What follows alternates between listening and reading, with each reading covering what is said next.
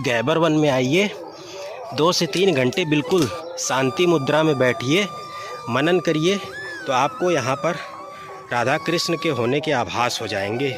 ये वही द्वापर युग का 5500 वर्ष प्राचीन स्थान है जहाँ पर राधा रानी अपने अष्ट सखियों संग खेलने के लिए आया करती थीं।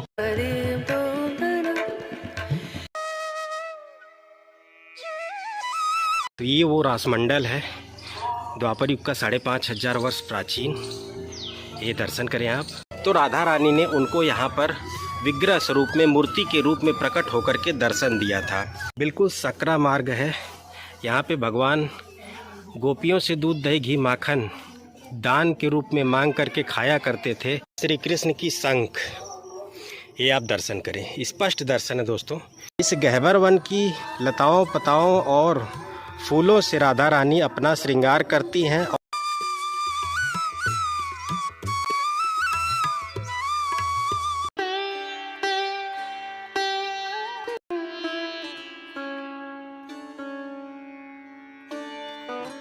राधा रानी मंदिर में जिस मूर्ति के, जिस विग्रह के राधा रानी के आप दर्शन करते हो ना, वो इसी स्थान पर प्रकट हुआ है। आपको यहाँ से संपूर्ण श्री राधा रानी की नगरी बरसाना धाम और राधा रानी के महल श्री राधा रानी मंदिर के, ये द्वापर युग के प्रमाण हैं। भगवान श्री कृष्ण के कामधेनु गाय के खुर के निशान के दिव्य दर्शन। इसी स्थान पर भगवान श्री कृष्ण ने गोपियों की दूध दही घी की माखन की मटकी फोड़ी थी। यहाँ पर आज भी दूध दही घी माखन की खुशबू आती है। इस दिव्य वृक्ष में भगवान श्री कृष्ण राधा रानी के दर्शन होते हैं। गोरी गोरी राधा रानी, काले यानी कि श्यामले भगवान श्री कृष्ण। चौखट आप देखें, पूरा पत्थर का है, जो कि द्वापर काल में ही प्रयोग होता था। ये नीचे भी देखें आप, चौखट पूरा पत्थर का है। उनके दोनों हाथों के निशान यहाँ पर छप गए।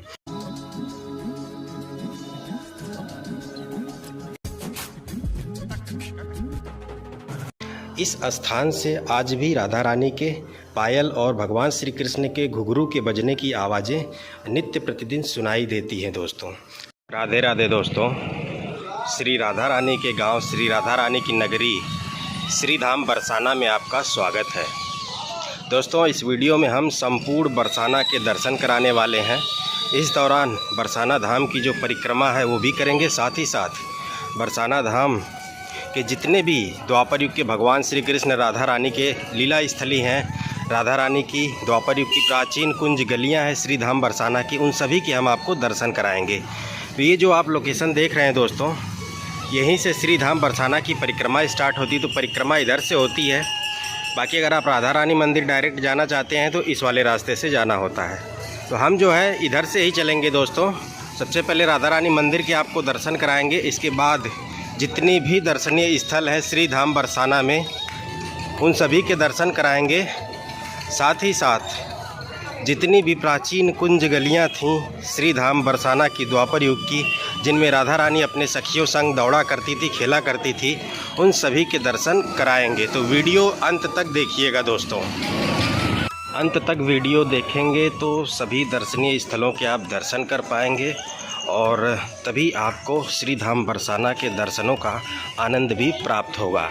तो अभी ये देखें आप, ये वो प्राचीन कुंज गलियां हैं जिनके माध्यम से, जिनसे हो करके हम राधा रानी के द्वापर युग के प्राचीन 5500 वर्ष पुराने बरसाना के घर, जिसे श्री राधा रानी मंदिर के नाम से जाना जाता है, वहाँ हम पहुँचेंगे, वहाँ के आपको दर्शन कराएंगे।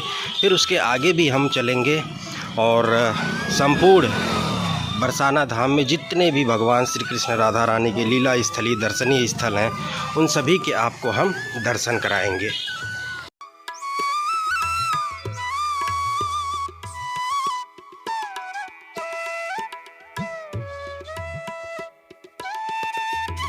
जब आप लगभग 150 मीटर अंदर आते हैं दोस्तों, तो राधा रानी और उनके अष्ट सखियों की द्वापर युग की एक प्राचीन दिव्य लीला स्थली के दर्शन होते हैं। तो सबसे पहले हम आपको उस दिव्य लीला स्थली के दर्शन कराएंगे। उस स्थान पर द्वापर युग में राधा रानी अपने अष्ट सखियों संग खेला करती थी दोस्तों, रासलीला किया करती थी।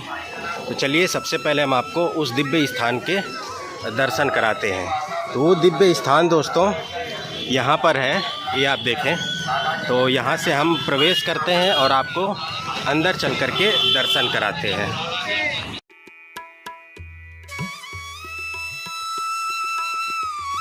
दोस्तों यही वो प्राचीन स्थान है।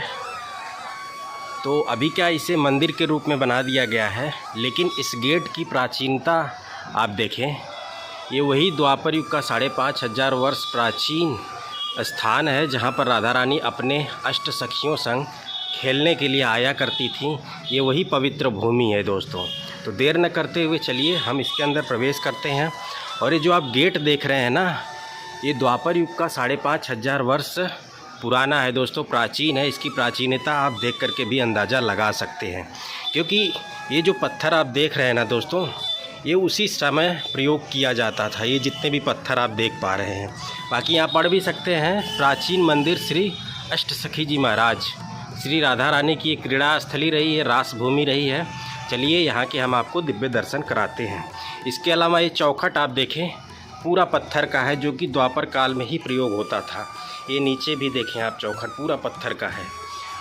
और इसके अंदर जब आप प्रवेश करते हैं ना, तो इसकी प्राचीनता देख करके आप बिल्कुल आश्चर्यचकित रह जाओगे दोस्तों, कि उसी समय की इमारत 5500 वर्ष पुरानी, जहाँ पर राधा रानी उनके 8 सखियों के स्पर्श हैं इस स्थान पर।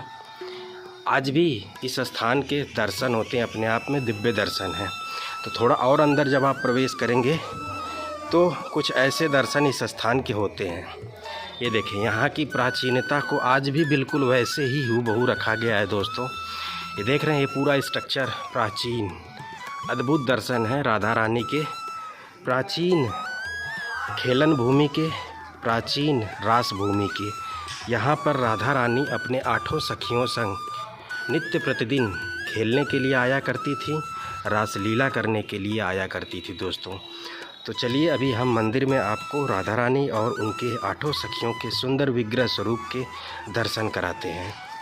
ये दोस्तों आप दर्शन करें राधा रानी और उनकी 8 सखियों के। यहाँ पे सुंदर विग्रह स्वरूप के बड़े ही दिव्य दर्शन होते हैं। अब दोस्तों हम आपको श्री राधा रानी मंदिर यानी कि राधा रानी के द्वापर युग के प्राचीन बरसाना के घर के दर्शन कराएंगे। और यहाँ से रास्ता बना हुआ है दोस्तों सीढ़ियों वाला, तो ऊपर पहाड़ी पर चलेंगे, वहाँ पर आपको राधा रानी मंदिर के दर्शन कराएंगे। यहाँ पर प्राचीन कुएं के दर्शन होते हैं। इस लोकेशन को बोलते हैं सुदामा चौक।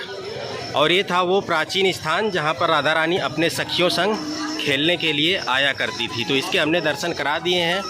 बाकी इस लोकेशन की पहचान है ये प्राचीन कुआं दोस्तों। ये द्वापर युग का प्राचीन कुआं है, जिसे मैं समझता हूँ जीर्णोद्धार करके बड़ा ही सुंदर बना दिया गया है। आपको दर्शन करा देता हूँ।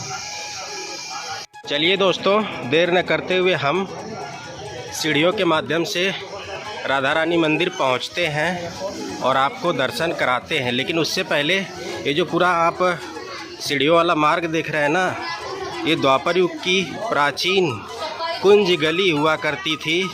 और इन गलियों से होते हुए राधा रानी अपने सखियों संग खेलती थी, दौड़ती थी।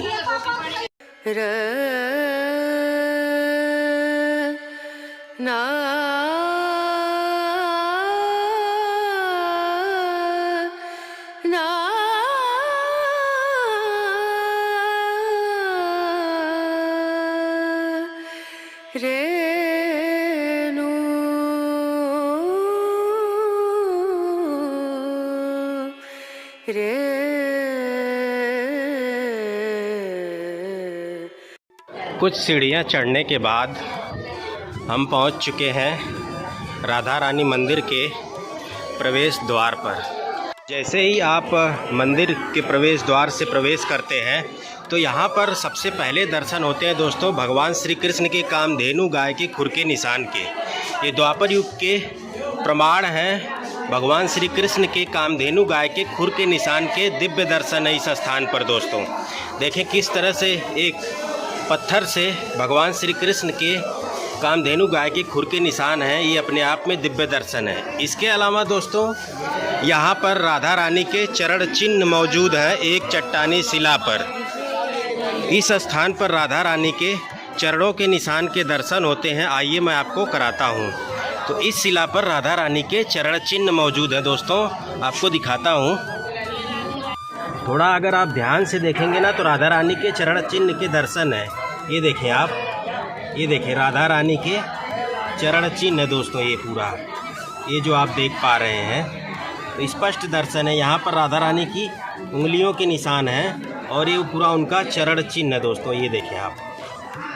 बाकी चलिए अब हम मंदिर के आपको दर्शन कराते हैं।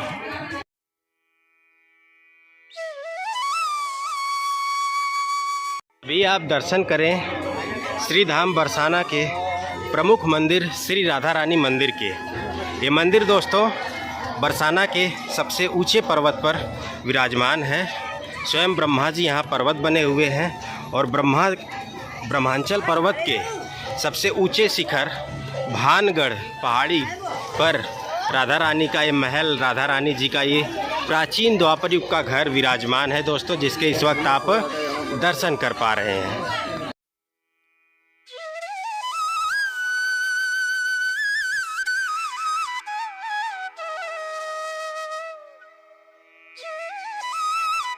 राधा रानी मंदिर से संपूर्ण श्री धाम बरसाना के बड़े ही सुंदर दर्शन होते हैं दोस्तों। वो जो सामने आप पर्वत देख रहे हैं वो है दोस्तों विलासगढ़ पर्वत। वहाँ पर भगवान श्री कृष्ण जोगी बन करके राधा रानी को झूला झुलाया था।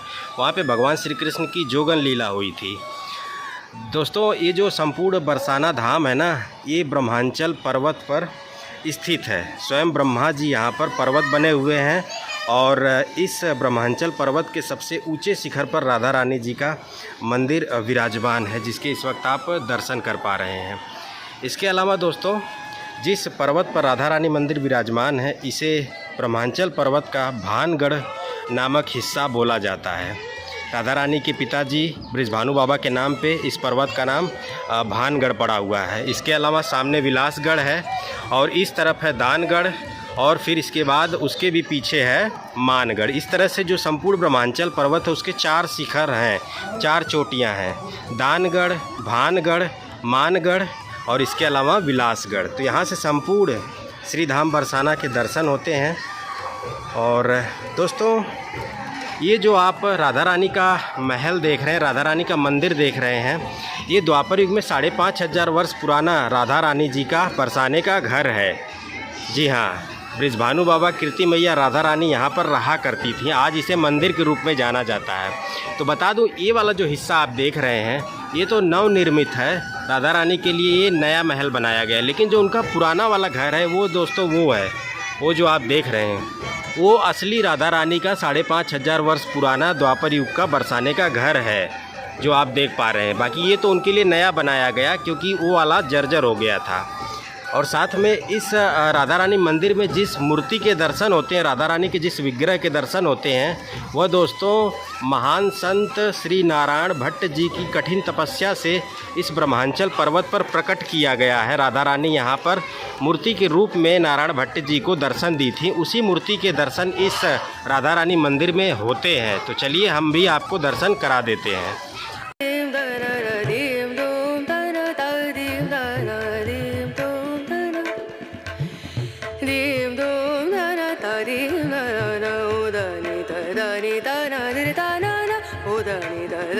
इस समय मंदिर प्रांगण में हजारों की संख्या में श्रद्धालु यात्री मौजूद हैं जो कि श्री जी के, राधा रानी के दर्शन कर रहे हैं। श्री जी राधा रानी सामने विराजमान है दोस्तों और अपने भक्तों श्रद्धालुओं को बड़े ही दिव्य दर्शन दे रही हैं।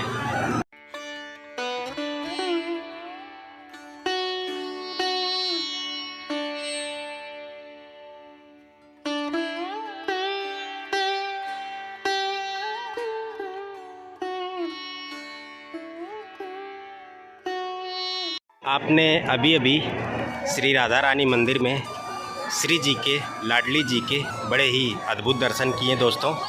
और अब हम जो है अपनी यात्रा यहाँ से आगे की तरफ बढ़ाते हैं दोस्तों। हम जो है इधर की तरफ आगे बढ़ेंगे। इधर जो है हम आपको कुशल बिहारी मंदिर के दर्शन कराएंगे, इसके अलावा दान बिहारी मंदिर के। यानी कि अब हम जो है आपको दानगढ़, मानगढ़ और विलासगढ़ की जो पहाड़ी है उनकी चोटी पर आपको लेकर के चलेंगे। वहाँ पे जितने भी भगवान की लीला स्थली हैं उन सभी के दर्शन कराते हुए हम जो है फिर से बरसाना गांव की प्राचीन कुंज गलियों में दाखिल हो जाएंगे और वहाँ के आपको संपूर्ण दर्शन कराएंगे। तो अभी बहुत कुछ है दोस्तों, तो वीडियो अंत तक देखिएगा, आनंद ही आनंद आ जाएगा।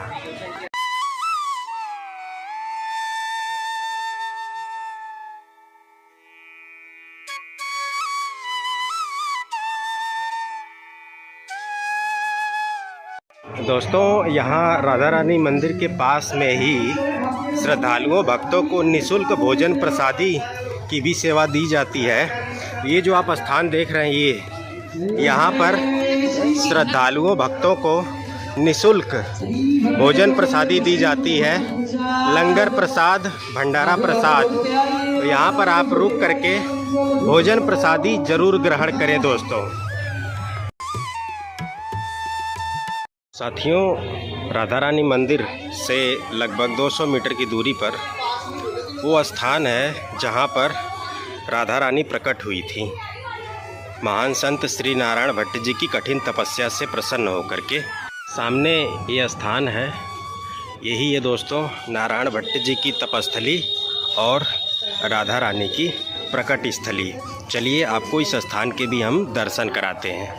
तो इसी स्थान पर बैठ करके महान संत श्री नारायण भट्ट जी ने कई वर्षों तक कठिन तपस्या की थी इसी ब्रह्मांचल पर्वत पर राधा रानी के दर्शन करने के लिए। और ये जो आप वृक्ष देख रहे हैं ये उसी समय का वृक्ष है और इसी वृक्ष के नीचे बैठ करके संत श्री नारायण भट्ट जी भजन किया करते थे, तपस्या किया करते थे। तो ये नारायण भट्ट जी की तपस्थली है दोस्तों, ये जो आप दर्शन कर पा रहे हैं। और साथ ही साथ राधा रानी जी की प्रकट स्थली भी है। और यहाँ पर अगर आप देखेंगे ना तो एक जड़ से कुल 5 वृक्ष लगे हुए हैं, जुड़े हुए हैं दोस्तों। एक ही जड़ से 5 वृक्ष हैं। और ये जो वृक्ष आप देख रहे हैं इधर, ये वो वृक्ष है जो कि वृंदावन के निधि वन में पाए जाते हैं, जो रात में गोपी बन जाते हैं और भगवान श्री कृष्ण राधा संग रासलीला करते हैं। बाकी ये वो वृक्ष है जिसके नीचे बैठ करके संत नारायण भट्ट जी तपस्या किया करते थे दोस्तों, भजन किया करते थे। ये उनके दिव्य भजन स्थली के आप यहाँ पर दर्शन कर पा रहे हैं। कई वर्षों तक नारायण भट्ट जी ने इस ब्रह्मांचल पर्वत पर यहाँ पर तपस्या किए, भजन किए, राधा रानी के दर्शन करने के लिए, राधा रानी को प्रसन्न करने के लिए। तो राधा रानी ने उनको यहाँ पर विग्रह स्वरूप में, मूर्ति के रूप में प्रकट होकर के दर्शन दिया था। राधा रानी मंदिर में जिस मूर्ति के, जिस विग्रह के राधा रानी के आप दर्शन करते हो ना, वो इसी स्थान पर प्रकट हुआ है नारायण भट्ट जी की कठिन तपस्या से। यहाँ से आप दर्शन कर सकते हैं कि किस प्रकार सभी 5 वृक्ष एक ही जड़ से जुड़े हुए हैं दोस्तों। ये दिव्य नारायण भट्ट जी की तपस्थली के आप दर्शन कर पा रहे हैं। संत नारायण भट्ट जी की तपस्थली के आसपास कई राधा रानी के रासमंडल बने हुए हैं और साथ ही साथ दिव्य संतों की समाधियां भी बनी हुई हैं। यहाँ पे आज भी दोस्तों राधा रानी आती हैं, उनके होने के यहाँ पर आभास होते हैं दोस्तों। जैसा कि यहाँ पर भी आप देखें तो दिव्य संतों की समाधियाँ बनी हुई हैं। ये सभी दिव्य संतों की समाधियाँ हैं जो यहाँ पर भजन करते करते, तपस्या करते करते अपने प्राण त्याग दिए थे। ये उन दिव्य संतों की समाधियाँ इस स्थान पर बनी हुई हैं दोस्तों। बाकी और अंदर आपको चलता हूँ तो यहाँ पे और भी कुछ दिव्य दर्शन है, वो मैं आपको करा देता हूँ। नारायण भट्ट जी की तपस्थली के पास में ही यहाँ पर इस दिव्य वृक्ष में भगवान श्री कृष्ण राधा रानी के दर्शन होते हैं। गोरी गोरी राधा रानी, काले यानी कि श्यामले भगवान श्री कृष्ण, यहाँ पर उनके जुगल जोड़ी के दर्शन है। एक दूसरे का दोनों लोग आलिंगन किए हुए हैं दोस्तों। ये दिव्य दर्शन है श्री धाम बरसाना में भगवान श्री कृष्ण और राधा रानी के। किस प्रकार भगवान श्री कृष्ण राधा रानी एक दूसरे के आलिंगन करते हुए यहाँ पर रासलीला कर रहे हैं, ये अद्भुत दर्शन है दोस्तों। जिस प्रकार वृंदावन में भगवान श्री कृष्ण को प्रकट करने का श्रेय स्वामी हरिदास जी को जाता है, उसी प्रकार श्री धाम बरसाना में राधा रानी को प्रकट करने का श्रेय महान संत श्री नारायण भट्ट जी को जाता है।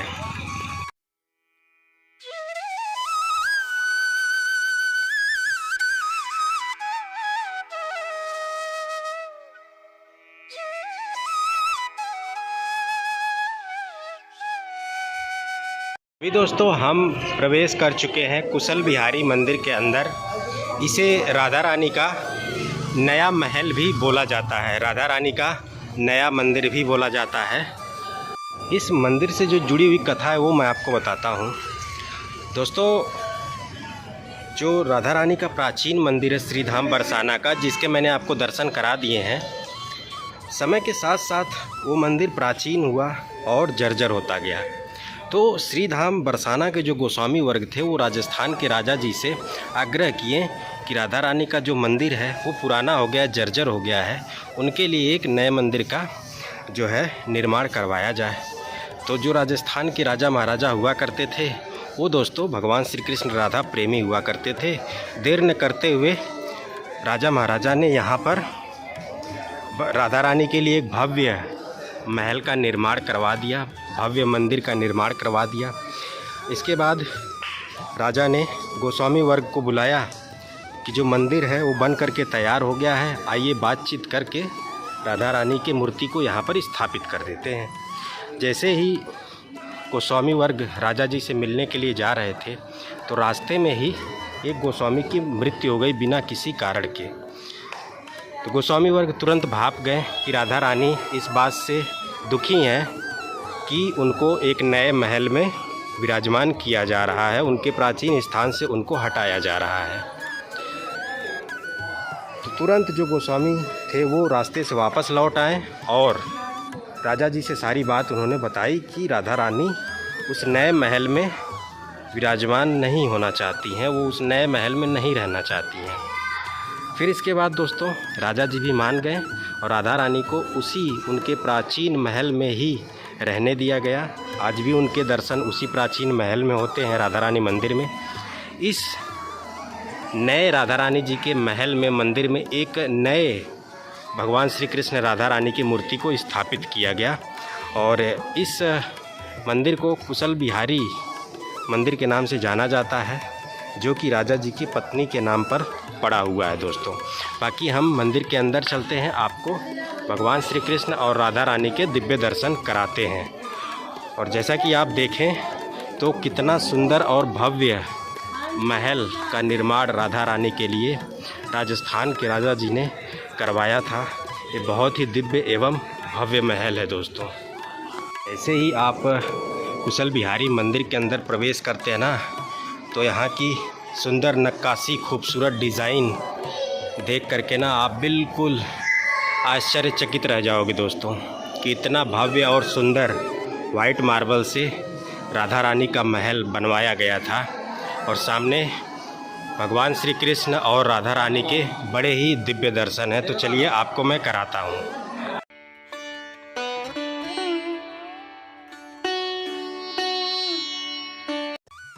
कुशल बिहारी मंदिर के पास में ही है दान बिहारी मंदिर।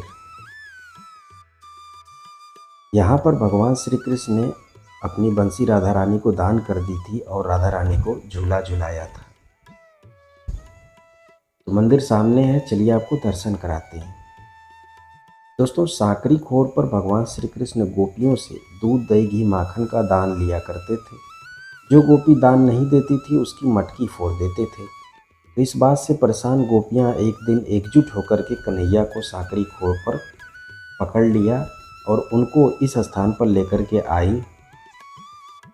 भगवान श्री कृष्ण ने श्रम के रूप में इसी झूले पर राधा रानी को झूला झुलाया था। जब गोपियां भगवान श्री कृष्ण को यहाँ पर पकड़ करके लेकर के आईं तो श्री कृष्ण को गोपियों ने श्रृंगार कर गोपी बनाया और गोपियां श्री कृष्ण से दान मांगने लगीं। कन्हैया बोले मेरे पास बंसी के सिवाय कुछ नहीं। तो गोपियां बोली श्रम करो। गोपियों संग राधा रानी और सखियां भी थीं। गोपियां बोली राधा रानी को झूला झुलाओ और अपनी बंसी राधा रानी को दान करो। तो भगवान श्री कृष्ण ने इस स्थान पर राधा रानी को झूला झुलाया था और अपनी बंसी दान की थी, इसीलिए यहाँ पर भगवान श्री कृष्ण को दान बिहारी के नाम से जाना जाता है। दान बिहारी मंदिर के दर्शन कराने के बाद अब हम आगे बढ़ चुके हैं दोस्तों, और अभी जिस पर्वत पर हम हैं इस वक्त चल रहे हैं इसे दानगढ़ पर्वत बोला जाता है। ब्रह्मांचल पर्वत के 4 शिखरों में से एक ये दानगढ़ पर्वत भी शामिल है दोस्तों। बाकी इस दानगढ़ पर्वत पर दान बिहारी मंदिर और साथ ही साथ मोरकुटी मंदिर के दर्शन होते हैं। तो चलिए अब हम आपको मोरकुटी मंदिर के दर्शन कराते हैं। मोरकुटी मंदिर से थोड़ा सा पहले ही यहाँ पर सुंदर सा एक निकुंज है जिसे ललिता कुटी के नाम से जाना जाता है। ये देखें आप, कितना घना और रंग बिरंगे फूलों और सुंदर लताओं पताओं से स्थान सजा हुआ है। तो चलिए इसके अंदर प्रवेश करके हम आपको दिव्य इस निकुंज के दर्शन कराते हैं।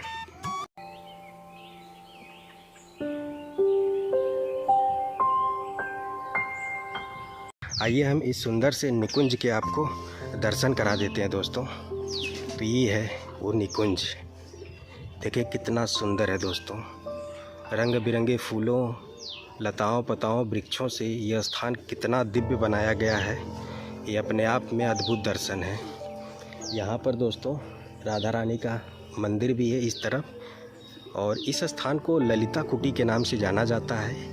यहाँ पे एक दिव्य संत रहते हैं जो कि भजन करते हैं, और इस स्थान की रमणीयता सुंदरता को बनाने का श्रेय उन्हीं दिव्य संत को जाता है। रंग बिरंगे फूलों से इस स्थान को सजाया है, बनाया है। कहते हैं इस स्थान पर राधा रानी आज भी आती हैं श्याम सुंदर भगवान श्री कृष्ण संग, और इस सिंहासन पर विराजती हैं। और सिंहासन को ऊपर से देखें किस प्रकार लताओं पताओं से छत जैसा सुसज्जित किया गया है, और अंदर आप देखें रंग बिरंगे पुष्प, अद्भुत दर्शन है दोस्तों। ये स्थान श्री धाम बरसाना की परिक्रमा मार्ग में है। बाबा जी ने अलग अलग रंगों के पुष्प लगाए हुए हैं, लाल, सफ़ेद, पीले, हर रंग के पुष्प हैं। अद्भुत दर्शन है दोस्तों इस ललिता कुटी के, आपको मैं दर्शन करा रहा हूँ। ये देखें आप, बाबा जी से मैंने काफ़ी रिक्वेस्ट की तो उन्होंने बोला ठीक है आप दर्शन करा दो। श्री धाम का जो परिक्रमा मार्ग है ना दोस्तों, वो खूबसूरत पहाड़ों से होते हुए होता है। और ये जिस रास्ते पर हम चल रहे हैं ये सभी परिक्रमा मार्ग है श्री धाम बरसाना की। देखें किस प्रकार सुंदर सुंदर वृक्ष हैं, बीच से रास्ता है, और बिल्कुल नीचे की तरफ श्री धाम बरसाना, मतलब सारे आनंद हैं। जितने भी प्राकृतिक सुंदरता है ना, वो आपको सब कुछ यहाँ श्री धाम बरसाना में देखने को मिलती है। मित्रों अभी हम पहुँच चुके हैं मोरकुटी मंदिर, जहाँ पर भगवान श्री कृष्ण ने राधा रानी को प्रसन्न करने के लिए, मनाने के लिए मोर का रूप धारण करके नृत्य किए थे द्वापर युग में। ये वही दिव्य लीला स्थली है भगवान श्री कृष्ण की। चलिए दर्शन कराते हैं आपको।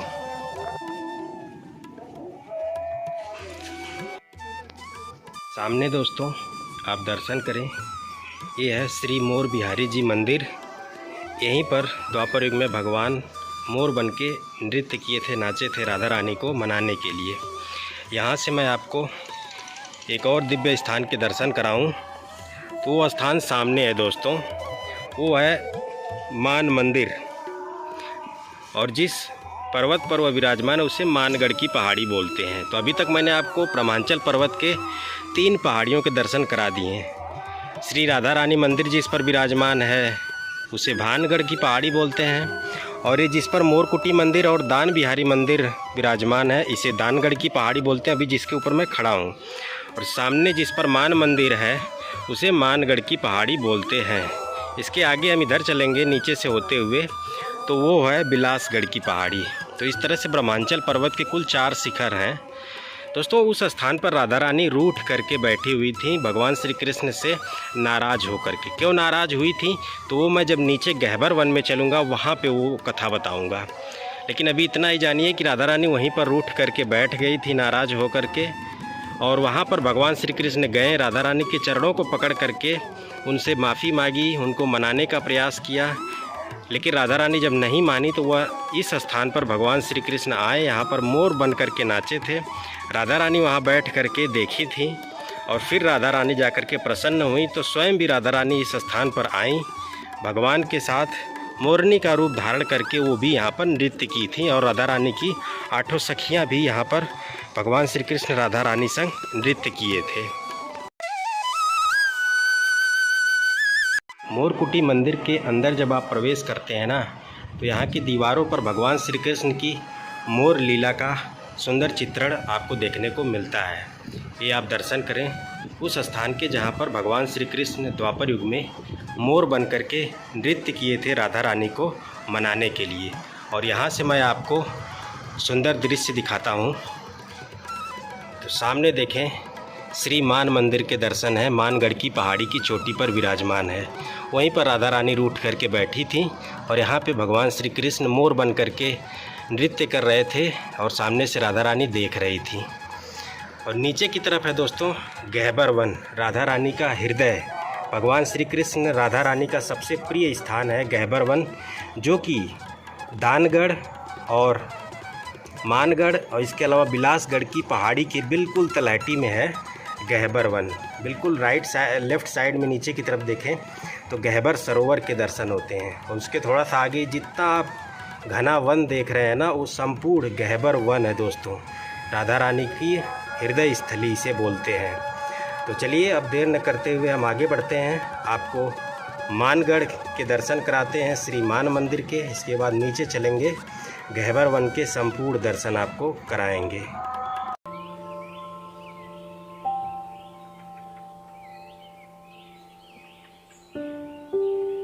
बरसाना धाम की जो परिक्रमा है वो बिल्कुल आनंदित करने वाली होती है दोस्तों, क्योंकि पहाड़ों पर सुंदर रास्ते हैं, थकान नहीं महसूस होती है और प्रकृति का सुंदर स्वरूप देखने को मिलता है।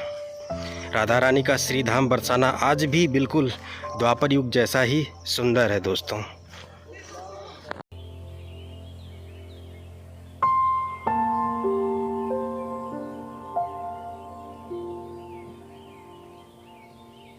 दोस्तों श्री धाम बरसाना के ये जो वृक्ष है ना, आपको इनकी एक दिव्यता दिखाता हूँ।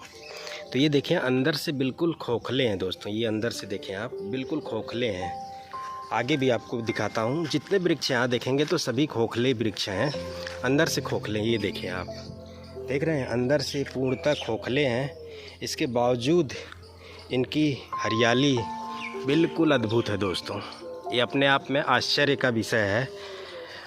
ये राधा रानी का चमत्कार है दोस्तों। ये ऐसे ऐसे आश्चर्य राधा रानी के चमत्कार हैं, क्योंकि ये वृक्ष कोई सामान्य वृक्ष नहीं है। ये साधु संत हैं जो कि यहाँ वृक्ष स्वरूप में श्री धाम बरसाना में निवास करते हैं। ये दिव्य है दोस्तों। जब भी चलें तो इनको प्रणाम करें दोस्तों। द्वापर युग से ही ये वृक्ष हैं। इनकी प्राचीनता इन खोखलेपन से आप पहचान सकते हैं। सभी वृक्ष देखेंगे ना तो अंदर से खोखले हैं, लेकिन अद्भुत हैं, हरे भरे हैं दोस्तों। ये दिव्यता है श्री धाम बरसाना और संपूर्ण ब्रज भूमि के वृक्षों की, क्योंकि ये कोई सामान्य वृक्ष नहीं। ये साधु संत हैं जिन्होंने कठिन तपस्या से इस ब्रज भूमि में वृक्ष के रूप में जगह पाई हुई है। ऐसे ऐसे दिव्य वृक्ष हैं जिनको आप रास्ते में प्रणाम करते हुए चलें दोस्तों। अब हम मानगढ़ पहाड़ी पे चल रहे हैं, क्योंकि इस पहाड़ी की ऊंचे शिखर पर श्री मान मंदिर स्थित है। दोस्तों आइए हम आपको द्वापर युग की भगवान श्री कृष्ण राधा रानी से जुड़ी हुई कुछ कथा बताते हैं। दोस्तों ये जो श्री धाम बरसाना है, ये राधा रानी का जन्म स्थान नहीं है। राधा रानी का जन्म रावल गांव में हुआ था, जो कि गोकुल से 5 से 6 किलोमीटर की दूरी पर है। इसके बाद राधा रानी यहाँ पर आई थी। लगभग वहाँ पे उन्होंने 3 साल का जीवन यापन किया था रावल गांव में। इसके बाद जो है राधा रानी यहाँ पर श्री धाम बरसाना में आ गई।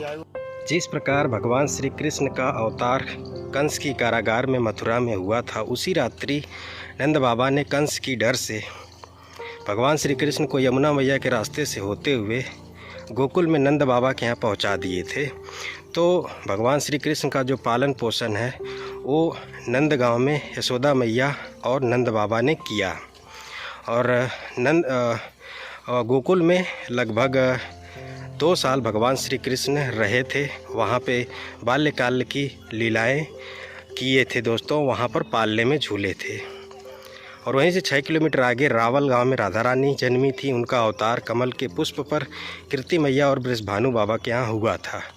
और रावल गांव में राधा रानी 3 साल के आसपास रही थी। दोनों लोगों का प्रागट्य आसपास ही हुआ था दोस्तों। इसके बाद जब कंस को पता चला कि मुझे मारने वाला गोकुल में चला गया है, तो रोज़ कोई न कोई राक्षस भगवान श्री कृष्ण को मारने के लिए गोकुल में भेजा करता था। इस बात से नंद बाबा यशोदा मैया दुखी हुए और उन्होंने निर्णय लिया कि हम नंदगांव चलेंगे। नंदगांव जो कि नंदीश्वर पर्वत पर स्थित है, वहाँ चलेंगे, अपना घर बनाएंगे। क्योंकि जो नंदगांव है ना दोस्तों, नंदगांव की जो पहाड़ी है वह कंस के राक्षसों से बिल्कुल सुरक्षित है। क्योंकि वहाँ पर जो है कि सांडिल्य ऋषि तपस्या करते थे, तो कंस के राक्षसों को उन्होंने श्राप दिया था कि कोई भी राक्षस अगर यहाँ पर आएगा इस पहाड़ी पर तो वो पत्थर बन जाएगा। तो जो नंदगांव की पहाड़ी थी दोस्तों, वो बिल्कुल कंस के राक्षसों से सुरक्षित थी। नंदगांव यहाँ बरसाना से 6 किलोमीटर की दूरी पर है। उधर बृषभानु बाबा नंद बाबा के परम मित्र थे। तो जब नंद बाबा और यशोदा मैया भगवान श्री कृष्ण और श्री कृष्ण के बड़े भैया बलराम के साथ नंदगांव में आकर के अपना घर बना लिया, और नंदगांव नंदीश्वर पर्वत पर स्वयं भगवान भोलेनाथ वहाँ पर्वत के रूप में विराजमान हैं, वहाँ पर नंद बाबा यशोदा मैया ने घर बनाया, वहीं पर रहने लगे। इधर बृषभानु बाबा दुखी हुए कि हमारा मित्र नंदगांव चला गया हमको छोड़ करके। तो जो बृषभानु बाबा कीर्ति मैया और राधा रानी थे, वो भी यहाँ बरसाना चले आए दोस्तों। बरसाना में ब्रह्मांचल पर्वत है। इस पर्वत पर बृषभानु बाबा कीर्ति मैया ने अपना घर बनाया और यहाँ पर राधा रानी के साथ रहने लगी। इसके बाद जितनी भी लीलाएं भगवान श्री कृष्ण राधा रानी ने की थी, वह यहीं बरसाना और नंदगांव में रह करके की थी दोस्तों। बाकी यहाँ से देखें आप मोरकुटी मंदिर के कितने सुंदर दर्शन हैं। बाकी कुछ श्रद्धालु यात्री जो कि श्री धाम बरसाना की इस वक्त परिक्रमा कर रहे हैं।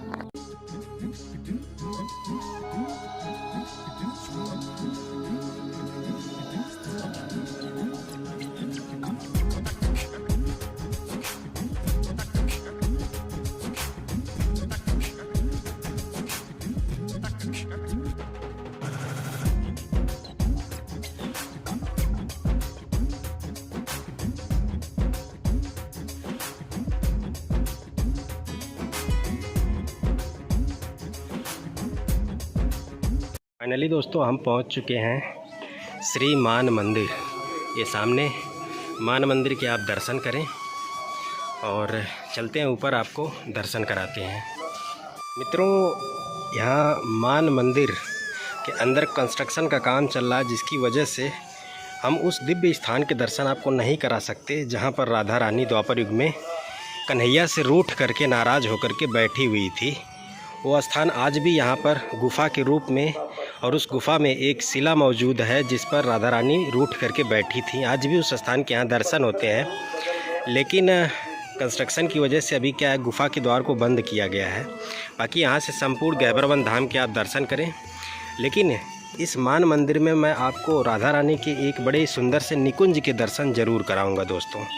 ये जो आप सामने देख रहे हैं, ये राधा रानी का एक सुंदर सा निकुंज है, जिसमें आज भी राधा रानी अपनी सखियों संग रास लीला करने के लिए आती हैं, भगवान श्री कृष्ण संग रास लीला करने के लिए आती हैं। तो मान मंदिर के बिल्कुल प्रवेश द्वार पर ही ये सुंदर सा निकुंज है। चलिए प्रवेश करते हैं, आपको दर्शन कराते हैं।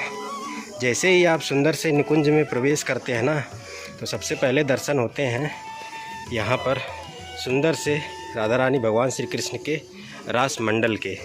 राधा रानी भगवान श्री कृष्ण वहाँ विराजते हैं उस अपनी सिंहासन पर, और यहाँ पर राधा रानी की 8 सखियाँ रासलीला करती हैं, नृत्य करती हैं, भजन करती हैं, कीर्तन करती हैं, ढोलक बजाती हैं। तो इसका आनंद भगवान श्री कृष्ण राधा रानी सामने सिंहासन पर विराजमान होकर के लेते हैं दोस्तों। इस निकुंज में जब आप अंदर आते हैं ना, तो यहाँ पे संतों की कुटिया के दर्शन होते हैं। ये स्थान संत की कुटिया है दोस्तों, जो कि इस राधा रानी के निकुंज में भजन करते हैं, तपस्या करते हैं। ये देखें कितना सुंदर निकुंज है ना। भगवान श्री कृष्ण का प्रिय वृक्ष कदम्ब का वृक्ष, जिसकी डाल पर वो बंसी बजाया करते थे। और रंग बिरंगे फूलों से, कदम्ब के वृक्षों से ये राधा रानी का निकुंज सजा हुआ है। और वहाँ पर राधा रानी के लिए एक झूला भी बनाया गया है दोस्तों। कहते हैं इस झूले पर आज भी भगवान श्री कृष्ण संग राधा रानी झूला झूलने के लिए आती हैं। ये देखें कितना सुंदर झूला बनाया गया है राधा रानी और भगवान श्री कृष्ण के लिए। और बैक साइड में दिखाऊं दोस्तों तो ये है वो दिव्य कुटिया जिसके अंदर संत रह करके भजन करते हैं। और साथ में यहाँ भगवान भोलेनाथ भी विराजमान हैं भगवान श्री कृष्ण राधा रानी के इस दिव्य लीला स्थली पर।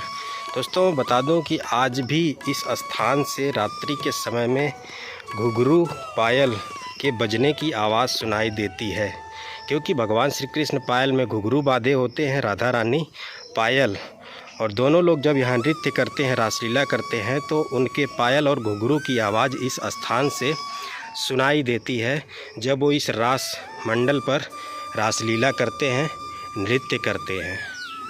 मान मंदिर के दर्शन कराने के बाद अब हम जो है अपनी यात्रा में आगे बढ़ चुके हैं।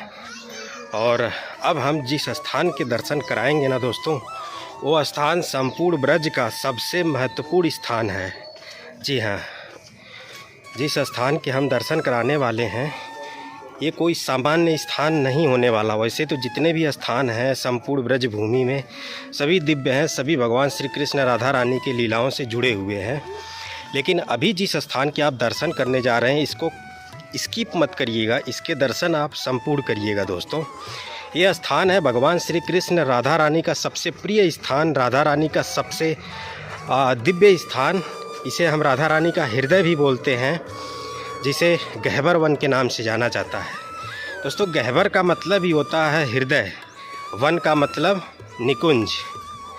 तो ये स्थान राधा रानी के हृदय स्वरूप वन है, जिसे गह्वर वन के नाम से जाना जाता है। संपूर्ण ब्रज में हमेशा भगवान श्री कृष्ण राधा रानी इसी स्थान पर विराजते हैं, इसी स्थान पर घूमते हैं, इसी स्थान पर खेलते हैं, विहार करते हैं, रासलीला करते हैं। राधा रानी अपने अष्ट सखियों के साथ यहाँ पर मौजूद होती हैं।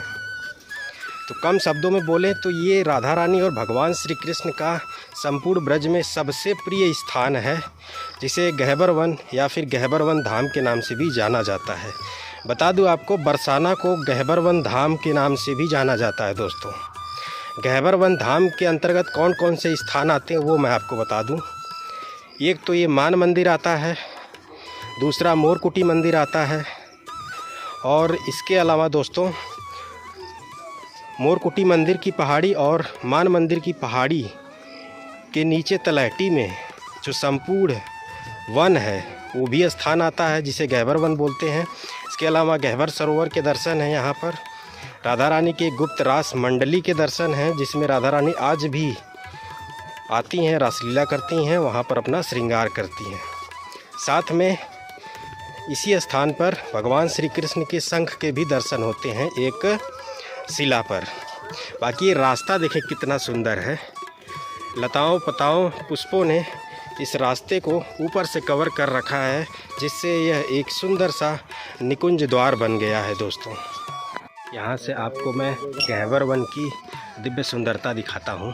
ये देखिए कितना घना है, और साथ में ऊपर है मोरकुटी मंदिर, जिसके ऑलरेडी हम दर्शन करा चुके हैं। तो ये दिव्य दर्शन है गह्वर वन के। अभी तो ये काफ़ी बड़ा है दोस्तों, तो अभी हम आपको इधर भी लेकर के चलेंगे। और ये जो सामने देख रहे हैं ये राधा रानी की गुप्त रास मंडल है, और बहुत सारे स्थान हैं यहाँ पर। तो चलिए दर्शन कराते हैं।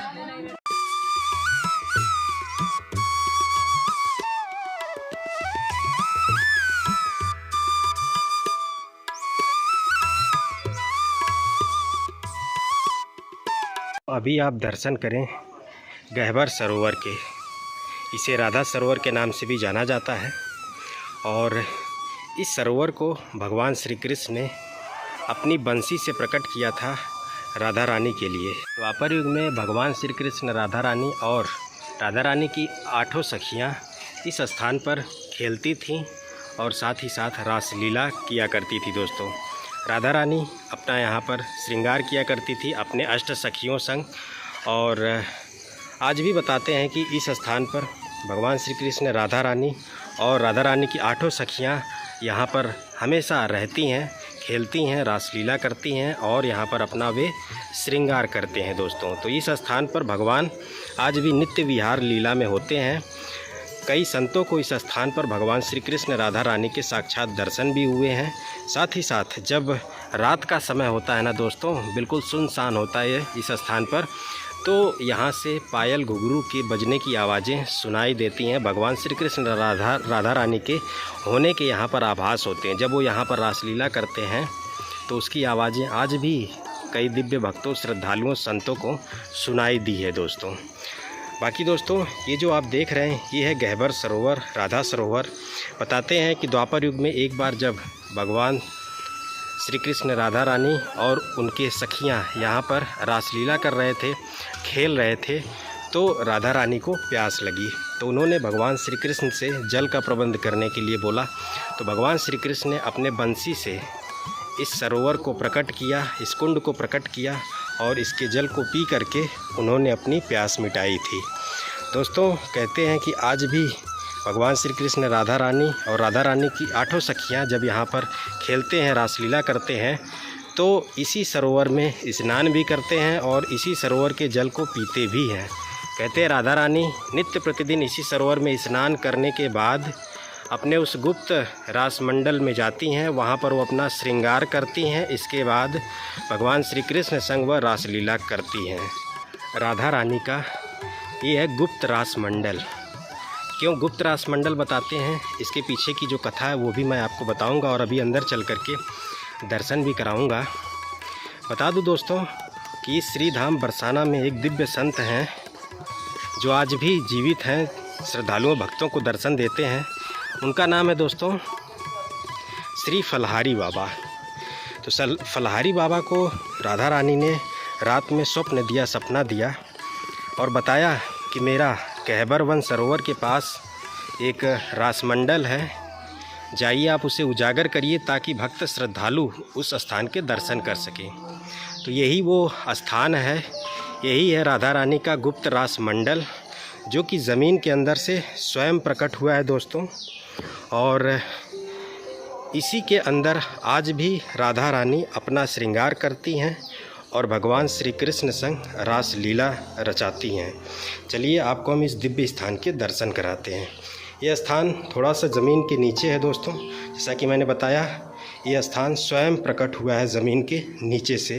ये राधा रानी का द्वापर युग का 5500 वर्ष प्राचीन वो सिंहासन है जिस पर राधा रानी श्रृंगार करती हैं बैठ कर के। श्रृंगार करने के बाद यहाँ पर वह भगवान श्री कृष्ण संग रास रचाती हैं, रास लीला करती हैं। और यहाँ की दीवारों पर संपूर्ण गहबर वन धाम की लीलाओं का चित्रण है। आप यहाँ दर्शन भी कर सकते हैं कि किस प्रकार मान मंदिर में भगवान श्री कृष्ण राधा रानी को हाथ जोड़ करके माफ़ी मांग रहे हैं, मना रहे हैं। राधा रानी के चरणों को पकड़ करके उनको मना रहे थे। यह स्थान दोस्तों श्री धाम बरसाना के परिक्रमा मार्ग में ही पड़ता है। तो आप यहाँ पर बिना दर्शन किए तो मत ही जाएं, यहाँ ज़रूर दर्शन करें क्योंकि ये राधा रानी की दिव्य स्थली है दोस्तों। इस स्थान से आज भी राधा रानी के पायल और भगवान श्री कृष्ण के घुंघरू के बजने की आवाज़ें नित्य प्रतिदिन सुनाई देती हैं दोस्तों। जी हाँ, जब रात्रि का समय होता है, बिल्कुल सुनसान होता है, तो यहाँ से राधा रानी और भगवान श्री कृष्ण के रासलीला की आवाज़ें आज भी सुनाई देती हैं। ऐसा कई दिव्य संत हुए हैं जिनको वो आवाज़ सुनाई दी है दोस्तों। बहुत सारे श्रद्धालुओं भक्तों को भी यहाँ से वो दिव्य आवाज़ सुनाई दी है। आज भी राधा रानी गहबर सरोवर में स्नान करती हैं, यहाँ पर श्रृंगार करती हैं, फिर भगवान श्री कृष्ण संग रास रचाती हैं दोस्तों। ऐसा ये दिव्य स्थान है। यहाँ गहबर सरोवर के तट पर ही द्वापर युग का कदम का वृक्ष है। यहाँ पर कदम के वृक्ष पर बैठ करके भगवान श्री कृष्ण बंसी बजाते थे, तो राधा रानी अपने सखियों संग यहाँ पर रासलीला किया करती थी। यहाँ पर राधा रानी सखियों संग रास करती थी। आइए उस रास मंडल के भी हम आपको दर्शन कराते हैं। तो ये वो रास मंडल है, द्वापर युग का 5500 वर्ष प्राचीन। ये दर्शन करें आप। और वो है राधा रानी और भगवान श्री कृष्ण का सिंहासन।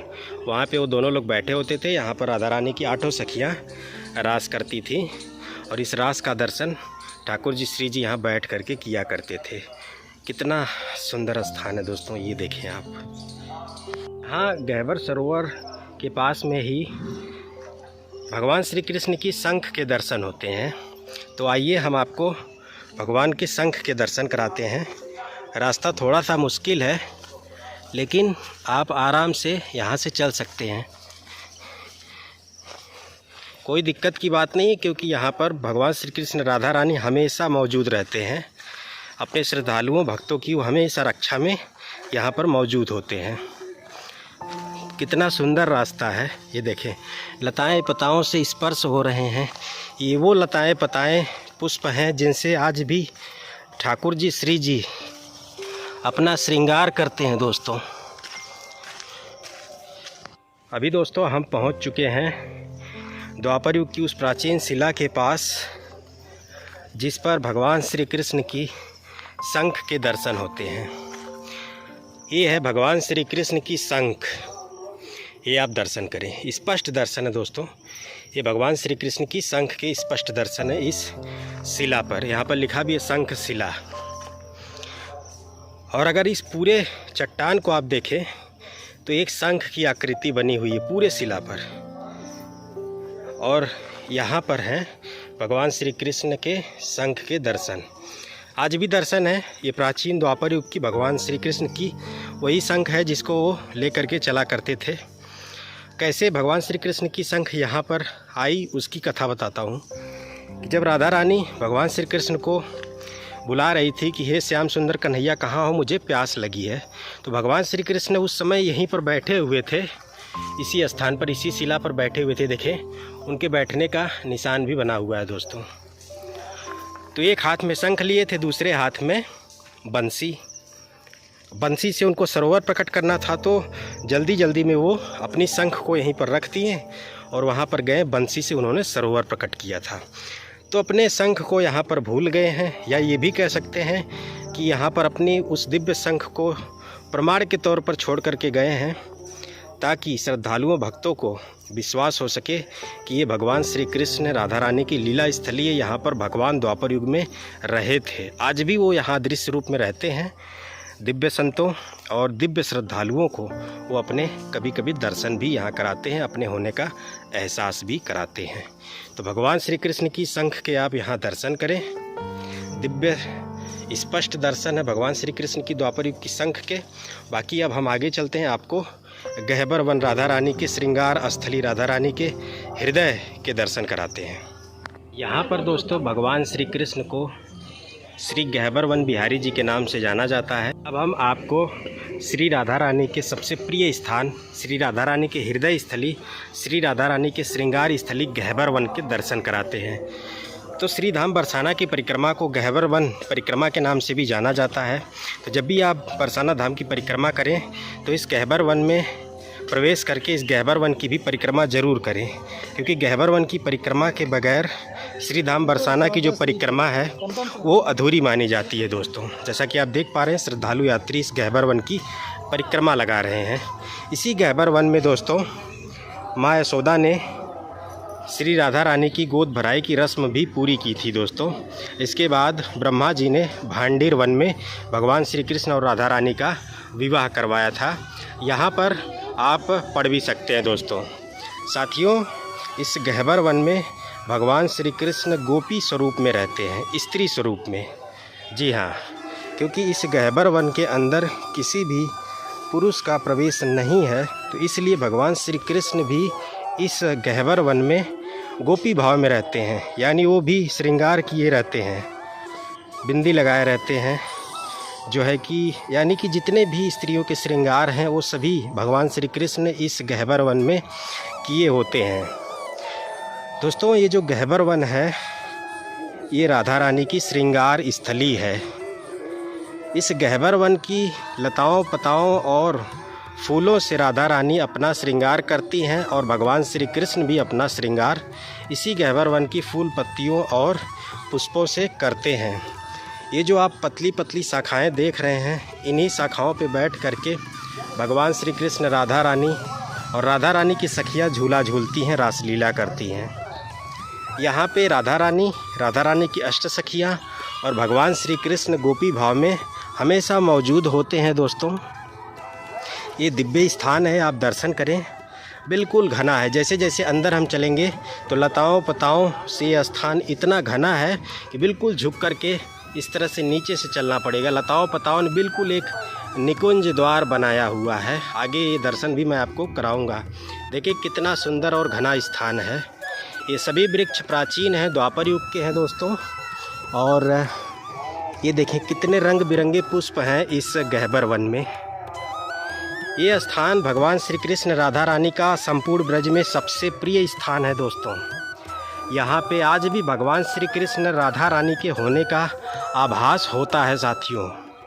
यहाँ पे जब बिल्कुल सुनसान शांति होती है ना, स्पेशली रात्रि के समय में, यहाँ से पायल घुघरू के बजने की आवाज़ सुनाई देती है, क्योंकि भगवान श्री कृष्ण राधा रानी की अष्ट सखियाँ यहाँ पर विराजमान हैं, रहती हैं। वो यहाँ पर रासलीला करती हैं और नृत्य करती हैं और सभी लोग एक दूसरे का श्रृंगार करते हैं। इस गह्वर वन के जो वृक्ष हैं ये कोई सामान्य वृक्ष नहीं है दोस्तों। ये सभी गोपी हैं, ये जो आप दर्शन कर रहे हैं, क्योंकि यही वृक्ष भगवान के साथ गोपी बन जाते हैं और उनके साथ रास रचाते हैं। इस स्थान को श्री धाम बरसाना का हम निधिवन भी कह सकते हैं। निधिवन में तो सिर्फ रात्रि के समय में भगवान श्री कृष्ण राधा रानी रास रचाते हैं, लेकिन इस गह्वर वन में वो हमेशा मौजूद रहते हैं और रासलीला करते हैं, एक दूसरे का श्रृंगार करते हैं। ये जो वृक्ष हैं ये भगवान श्री कृष्ण राधा रानी उनकी सखियां हैं, गोपी भाव में हैं ये सभी। जब ये रास करते हैं ना तो ऐसे ही एक दूसरे से लिपट करके, एक दूसरे का हाथ पकड़ करके नृत्य करते हैं।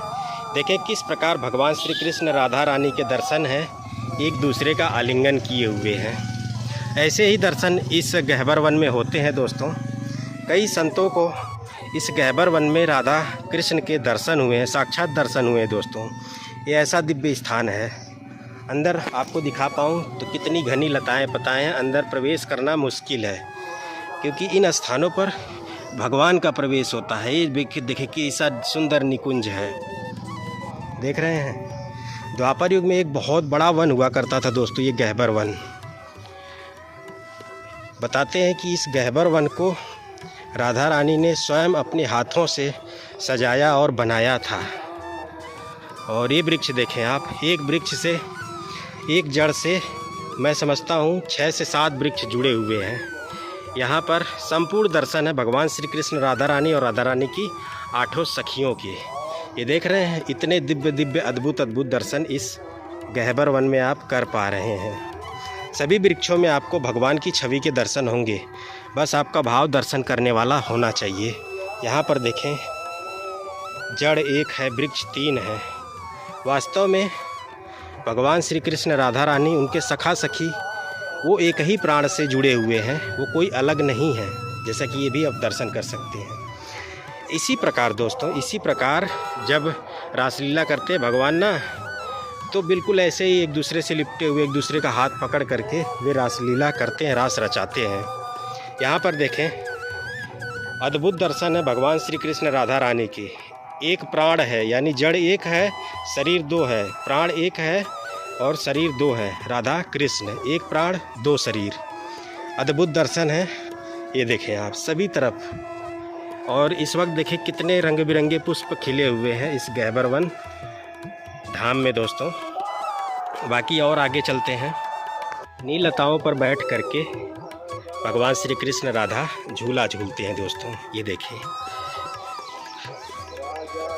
जैसे जैसे आप इस गह्वर वन के अंदर चलते हैं ना, लताएं पताएं बिल्कुल रास्ते को ढक रखी हैं। कितना सुंदर निकुंज द्वार है। निकुंज से तात्पर्य एक ऐसा स्थान जो कि घनी हरी भरी वृक्षावलियों से सजा, रंग बिरंगे पुष्पों लताओं पताओं से सजा हुआ स्थान हो। ये देखें आप, ये वृक्ष बिल्कुल मार्ग में झुका हुआ है, इसे आप प्रणाम अवश्य करें। बाकी अंदर चलते हैं गह्वर वन के। दोस्तों एक बात मैं आपको बताऊं कि अगर आपको भगवान श्री कृष्ण राधा रानी के आभास चाहिए ना, उनके होने के आभास चाहिए, तो आप इस गह्वर वन में आइए। 2 से 3 घंटे बिल्कुल शांति मुद्रा में बैठिए, मनन करिए, तो आपको यहाँ पर राधा कृष्ण के होने के आभास हो जाएंगे। ये देखें, ऐसे ही झूलों पर भगवान बैठ करके झूला झूलते हैं इस गहबर वन में। ये प्राचीन वृक्ष है द्वापर युग के, ये देख रहे हैं।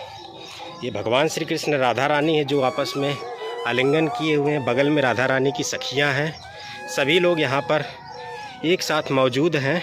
ये दर्शन करें आप, ये दर्शन दिव्य हैं, अद्भुत हैं दोस्तों। ये दर्शन देख रहे हैं, ये गहबर वन के दिव्य दर्शन। यहाँ पर भी भगवान श्री कृष्ण राधा रानी के दर्शन हैं।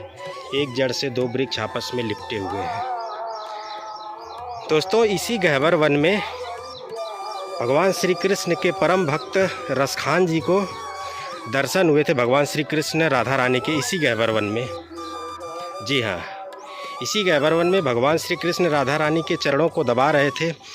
उस दिव्य दर्शन को रसखान ने इसी गहबर वन में किया था दोस्तों। रसखान जो कि भगवान श्री कृष्ण के परम भक्त रहे थे दोस्तों। इस गहबर वन में एक बार राधा रानी अपना श्रृंगार की। जब राधा रानी का श्रृंगार पूरा हो गया तो राधा रानी श्याम सुंदर श्री कृष्ण से पूछी कि मैं बताओ कैसी लग रही हूँ। भगवान श्री कृष्ण ने बोला, आप तो चाँद जैसी सुंदर लग रही हो। चाँद में दाग होता है। राधा रानी को ये बात पता थी, लेकिन भगवान श्री कृष्ण को नहीं पता थी। तो राधा रानी सोची, चाँद में दाग होता है, इसका मतलब मैं चाँद सी हूँ, इसका मतलब कम सुंदर लग रही हूँ। भगवान श्री कृष्ण ने उन्होंने कहा कि चाँद में तो दाग होता है, इसका मतलब मेरे सुंदरता में भी दाग है। भगवान श्री कृष्ण को ये बात पता नहीं थी। वो तुरंत बोले, अरे नहीं नहीं, आप तो बहुत सुंदर हो। भगवान श्री कृष्ण तो सोचे थे कि चाँद से सुंदर, चाँद जैसा सुंदर वस्तु इस दुनिया में कोई है ही नहीं। इसके बाद दोस्तों राधा रानी भगवान श्री कृष्ण से नाराज़ होकर के ऊपर पहाड़ी पर जाकर के बैठ गई। राधा रानी वहाँ एक शिला पर जाकर के बैठ गई थी नाराज़ होकर के। फिर इसके बाद भगवान श्री कृष्ण वहाँ गए, राधा रानी को मनाए, माफ़ी मांगे, पैर पकड़ करके सारे उपाय कर लिए, लेकिन राधा रानी नहीं मानी। इसके बाद दोस्तों भगवान श्री कृष्ण सामने वाली पहाड़ी पर गए थे जहाँ पर मोरकुटी मंदिर है, जिसके मैंने दर्शन आपको कराए। वहाँ पर भगवान श्री कृष्ण जब मोर बन करके नाचे, राधा रानी ने इस दृश्य को देखा, तब वो प्रसन्न हुई। इसके बाद राधा रानी स्वयं भगवान श्री कृष्ण के पास गई। वहाँ पर वो मोरनी का रूप धारण करके भगवान श्री कृष्ण संग उन्होंने नृत्य किया था। तब जाकर के राधा रानी भगवान श्री कृष्ण से प्रसन्न हुई थी, मानी थी। श्रद्धालु भक्त जब यात्रा करते हैं, श्री धाम बरसाना की परिक्रमा करते हैं, तो इन स्थानों पर बैठ करके भगवान श्री कृष्ण राधा रानी का चिंतन करते हैं दोस्तों। जी हाँ, और बिल्कुल यहाँ पर आप एक ऐसे स्थान की तलाश करिए जहाँ कोई आपको डिस्टर्ब ना कर सके। वहाँ आप बैठ जाइए, ध्यान लगा करके मनन करिए, तो वास्तव में भगवान श्री कृष्ण राधा रानी अपने होने का आभास आपको ज़रूर दिला देंगे दोस्तों। या तो आपको उनके पायल घुघरू की आवाज़ ही सुनाई दे देगी। ऐसा ये दिव्य स्थान है गहबर वन। बाकी चलिए अब हम अपनी यात्रा में आगे बढ़ते हैं और भी जो लीला स्थली हैं उनके दर्शन कराते हैं। गहबर वन के दर्शन कराने के बाद अब हमारी जो यात्रा है वो चिकसौली गांव में प्रवेश कर चुकी है दोस्तों। और बरसाना धाम की जो परिक्रमा है इसी चिकसौली गांव के बिल्कुल बीचों बीच से होते हुए होती है दोस्तों। आज भी ये चिकसौली गांव जो भारत की प्राचीन ग्रामीण संस्कृति है उसे सजोए हुए है। आज भी भारत की प्राचीन ग्रामीण संस्कृति यहाँ देखने को मिलती है दोस्तों, इस दिव्य चिकसौली गांव में। ये चिकसौली गांव दोस्तों राधा रानी की अष्ट सखियों में जो चित्रा सखी थी, ये उन्हीं का गांव है। ये चित्रा सखी का गांव है चिकसौली गांव। बता दूं, ये वो द्वापर युग की प्राचीन कुंज गलियां हैं जिनमें राधा रानी अपने चित्रा सखी संग खेला करती थी, दौड़ा करती थी। ये प्राचीन कुंज गलियां हैं श्री धाम बरसाना के चिकसौली गांव की दोस्तों। गांव में आज भी प्राचीन कुओं के दर्शन होते हैं और गलियों की प्राचीनता आज भी दिव्य है। इन गलियों से आज भी दूध, दही, घी, माखन की खुशबू आती है दोस्तों। में कुछ प्राचीन धरोहरों के भी इस चिकसौली गांव में दर्शन होते हैं। ये देखें, प्राचीन गलियों के दर्शन है इस चिकसौली गांव में। वीडियो में आगे हम आपको चित्रा सखी के द्वापर युग के उस प्राचीन घर के भी दर्शन कराएंगे जिसे चित्रा सखी मंदिर के नाम से जाना जाता है। साथ ही साथ उस स्थान के भी आगे दर्शन होंगे जहाँ पर भगवान श्री कृष्ण ने गोपियों की दूध दही घी माखन की मटकी फोड़ी थी, वो स्थान भी इसी चिकसौली गांव से सटा हुआ है दोस्तों हम उस स्थान पर पहुंच चुके हैं जहां पर भगवान श्री कृष्ण ने गोपियों की दूध दही घी माखन की मटकी फोड़ी थी द्वापर युग में। तो यही वो स्थान है। इसे सांकरी गली सांकरी खोर बोला जाता है। दो पर्वतों के बीच का ये सकरा सा रास्ता है। श्री धाम बरसाना की जो परिक्रमा है इसी सांकरी गली से होते हुए होती है दोस्तों। देखिए, दो पर्वतों के बीच का बिल्कुल सकरा रास्ता है। एक बार में एक ही व्यक्ति गुजर सकता है। नहीं, अगर उधर से कोई आ रहा है, इधर से कोई जा रहा है तो एक तरफ वाले को रुकना पड़ता है। ये अति सांकरी बिल्कुल सकरा मार्ग है।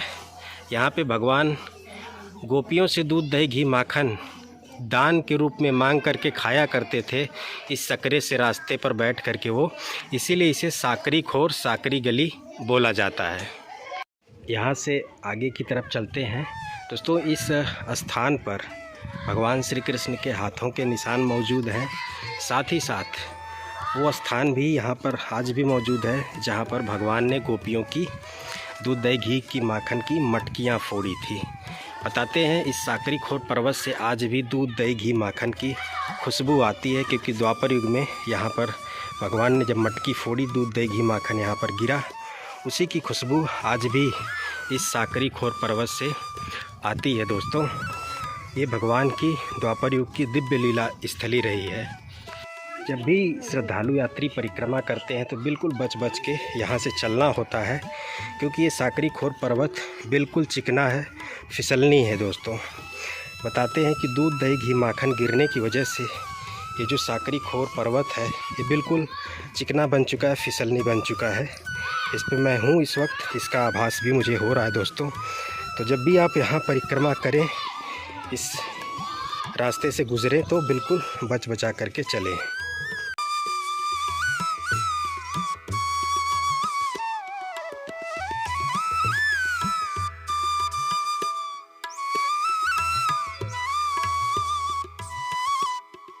द्वापर युग में जब दोस्तों गोपियाँ यहाँ से दूध दही घी माखन की मटकी लेकर के जाया करती थी, तो भगवान श्री कृष्ण अपने मित्रों के साथ यहाँ पर बैठे रहते थे और गोपियों से टैक्स लेते थे।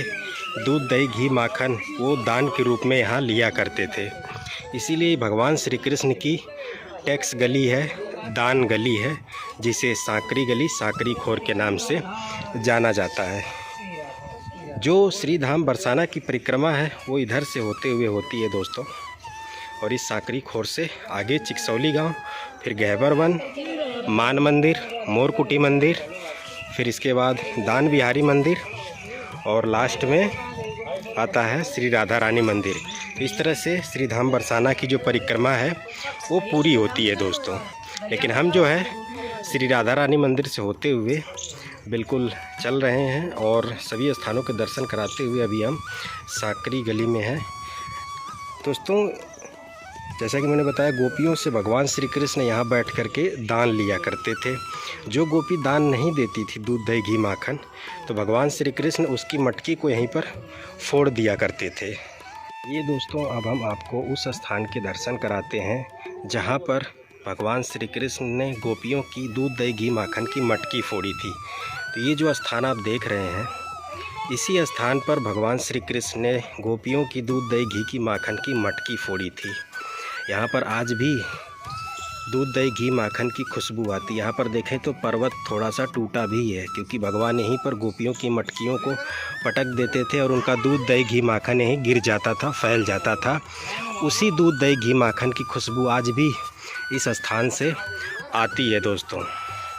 इसके अलावा दोस्तों यहाँ पर भगवान श्री कृष्ण के चरण चिन्ह के भी दर्शन होते हैं। तो यहाँ पर देखें तो भगवान श्री कृष्ण के ये चरणों के निशान हैं, ये आप दर्शन करें। ये उनका अंगूठा है और ये चारों उंगलियां हैं। ये जितना दूर लाल है ना पत्थर, इतना दूर भगवान श्री कृष्ण के चरण हैं। और ये संपूर्ण सांकरी खोर के आप दर्शन कर रहे हैं। ये भगवान श्री कृष्ण की दिव्य लीला स्थली है द्वापर युग की दोस्तों। राधा रानी जो दो पर्वत है दोस्तों, सामने वाला जो आप पर्वत देख रहे हो भगवान श्री कृष्ण का पर्वत है। भगवान श्री कृष्ण वहीं ऊपर बैठा करते थे, बंसी बजाते थे और गाय चराया करते थे और साथ में अपने मित्रों के साथ वहीं ऊपर खेला करते थे। तो भगवान श्री कृष्ण की बैठने की गद्दी है। और इस सामने वाला पर्वत भगवान श्री कृष्ण स्वरूप श्यामला है, इसलिए भगवान श्री कृष्ण का पर्वत है। और जिस पर्वत पर अभी मैं हूँ इसे राधा रानी स्वरूप पर्वत बोला जाता है। राधा रानी की तरह एक गोरा पर्वत है। इस पर्वत पर ऊपर राधा रानी की गद्दी बनी हुई है जहाँ राधा रानी बैठा करती थी।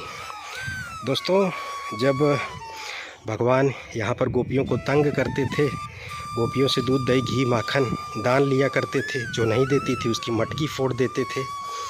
तो इस बात से गोपियाँ परेशान हुई। तो एक दिन सभी गोपियों जो है एकजुट होकर के आई यहाँ पर भगवान श्री कृष्ण को सबक सिखाने के लिए। साथ में राधा रानी भी थी, क्योंकि गोपियों में राधा रानी की अष्ट सखियाँ भी शामिल होती थीं। लेकिन राधा रानी का कोई उद्देश्य नहीं था भगवान श्री कृष्ण को सबक सिखाने का, वो तो बस गोपियों के साथ थीं। गोपियाँ उनको भी साथ में लेकर के आई हुई थी। भगवान श्री कृष्ण वहाँ ऊपर बैठे हुए थे। उस दिन गोपियाँ मटकी नहीं ली थीं, बिल्कुल खाली हाथ आ रही थीं। भगवान श्री कृष्ण ने समझ गए कि आज तो मामला गड़बड़ है। जैसे ही गोपियाँ यहाँ पर आईं एकजुट होकर के और भगवान श्री कृष्ण को पकड़ने के लिए चढ़ने लगी, भगवान श्री कृष्ण क्या किए, तुरंत जो है उस पर्वत से इस पर्वत पर उन्होंने छलांग लगाई। और जैसे ही वह इस पर्वत पर छलांग लगाएं तो यहाँ पर वो गिरते गिरते बचे और उनके दोनों हाथों के निशान यहाँ पर छप गए। आज भी यहाँ पर भगवान श्री कृष्ण के हाथों के निशान के दर्शन होते हैं। आइए कराता हूँ आपको। तो जब वो यहाँ पर छलांग लगाएं तो जो दाहिना हाथ है उसका पूरा जो है यहाँ पर छप गया। भगवान श्री कृष्ण का दाहिना हाथ यहाँ पर पूरा छप गया। बालक अवस्था में थे तो उनके हाथ बिल्कुल छोटे छोटे थे और दूसरे हाथ में बंसी लिए थे, तो उसका बस इतना ही निशान यहाँ पर छपा था। दोस्तों ये देखें, तो यहाँ पर भगवान श्री कृष्ण के दोनों हाथों के निशान मौजूद हैं। यहीं पर भगवान श्री कृष्ण को गोपियों ने पकड़ लिया, क्योंकि यहीं पर वो गिरते गिरते बचे थे और यहीं पर गोपियों से वो पकड़ा गए। इसके बाद गोपियों ने क्या किया कि भगवान श्री कृष्ण को गोपी बनाया, उनका श्रृंगार किया, उनको चोटी बांधा, उनको बिंदी लगाई, सब कुछ स्त्रियों वाला श्रृंगार करके भगवान श्री कृष्ण को गोपियों ने गोपी बना दिया। इसके बाद बोले, अब आप गोपी बन गए हो, अब मुझे आप इस मार्ग का दान दो। भगवान श्री कृष्ण ने बोला, मेरे पास तो कुछ भी नहीं है, मैं क्या दान दूं आप लोगों को। तो भगवान श्री कृष्ण ने बोला, जो गोपियाँ थी उन्होंने बोला कि दान नहीं कर सकते तो आपको श्रम करना पड़ेगा। इसके बाद गोपियों ने भगवान श्री कृष्ण को दान विहारी मंदिर नामक स्थान पर लेकर के गई थी। वहाँ पर उन्होंने बोला, आपको अपनी बंसी राधा रानी को दान करनी पड़ेगी और साथ में राधा रानी को झूला झुलाना पड़ेगा। इसके बाद भगवान श्री कृष्ण ने उस स्थान पर अपनी बंसी राधा रानी को दान की और वहाँ पर राधा रानी को झूला झुलाया था। इसी साकरी खोर पर्वत के ऊपर बिलासगढ़ है, जहाँ पर भगवान श्री कृष्ण की बिलास लीला हुई थी। तो चलिए अब हम उस स्थान के आपको दर्शन कराते हैं। साकरी खोर पर्वत के बगल से ही इस तरह से मार्ग है बिलासगढ़ पहुँचने के लिए, जहाँ पर भगवान की द्वापर युग में बहुत ही सुंदर दिव्य लीला हुई थी। तो जब भी आप परिक्रमा करें तो कुछ समय आप बिलासगढ़ के लिए भी निकालें, वहाँ पर चल कर के दर्शन ज़रूर करें। ये भगवान श्री कृष्ण की गद्दी है, सिंहासन है, जहाँ पर वो बैठा करते थे। और बता दूं दोस्तों कि यहीं पर भगवान श्री कृष्ण बैठते थे और सामने राधा रानी का सिंहासन है, वहाँ पे राधा रानी बैठा करती थी दोस्तों। और यहाँ से पूरे गांव के दर्शन होते हैं, ये पूरे चिकसौली गांव के दर्शन हैं दोस्तों। जब गोपियाँ इधर से आती थी तो भगवान श्री कृष्ण यहीं से देख लेते थे और तुरंत वो नीचे जा कर के गोपियों का रास्ता रोक लेते थे, उनसे दान मांगने लगते थे। बाकी दोस्तों हमने एक परिक्रमा की भी वीडियो कंप्लीट बनाई है, उसको भी जा कर के देख लीजिएगा, जिसमें संपूर्ण बरसाना धाम की परिक्रमा की है मैंने, सभी दर्शनीय स्थलों के दर्शन कराए हैं। बिलासगढ़ की पहाड़ी के बिल्कुल ऊंचे शिखर पर आने पर कुछ ऐसा दिखाई देता है, श्री धाम बरसाना का गहबर वन और चिकसौली गांव। घाटी के ऊपर जब आप आएंगे ना तो रंग बिरंगे फूलों और वृक्षों से सजा हुआ स्थान आप पाएंगे। यहाँ राधा रानी का द्वापर युग का रासमंडल है और साथ ही साथ उस प्राचीन वृक्ष के भी दर्शन होते हैं जहाँ पर राधा रानी भगवान श्री कृष्ण और उनके सखा सखी यहाँ पर रासलीला कर रहे हैं। ये वही दर्शन है। जड़ एक है लेकिन जो वृक्ष हैं वो लगभग 10 से 11 हैं। ये वो वृक्ष है दोस्तों जो वृंदावन के निधिवन में पाए जाते हैं। उस वृक्ष के यहाँ पर विराट रूप आपको देखने को मिलेंगे। ये वही वृक्ष हैं जो रात में गोपी बन जाते हैं और भगवान संग रासलीला करते हैं। ये वही दर्शन है। देखें आप कि एक दूसरे का हाथ पकड़ करके एक दूसरे से लिपट करके भगवान रासलीला कर रहे हैं, राधा रानी अपने सखा सखियों संग। और यहाँ पे राधा रानी की इस दिव्य रासमंडल के दर्शन हैं। ये जो आप सुंदर हरी भरी लताओं पताओं से सजा हुआ स्थान देख रहे हैं ना, इन्हीं लताओं पताओं में भगवान श्री कृष्ण राधा रानी घूमते हैं दोस्तों, विहार लीला करते हैं।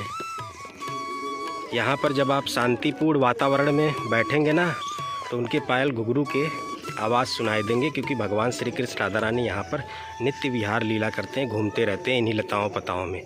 और ये है विलासगढ़ का प्रमुख मंदिर। यहाँ पे बड़ी ही दिव्य लीला हुई थी, वो भी मैं आपको बताऊंगा। यहाँ पर भी देखें वृंदावन के वही निधिवन के वृक्ष हैं। बिल्कुल यहाँ के दर्शन तो अद्भुत हैं। एक एक जड़ से 6-6, 7-7 वृक्ष जुड़े हुए हैं। यही दर्शन अद्भुत है दोस्तों इस स्थान पर, जो मैं आपको स्पेशली दिखाने के लिए आया हूँ। इस स्थान पर दोस्तों भगवान श्री कृष्ण द्वापर युग में जोगी का भेष धारण करके आए हुए थे।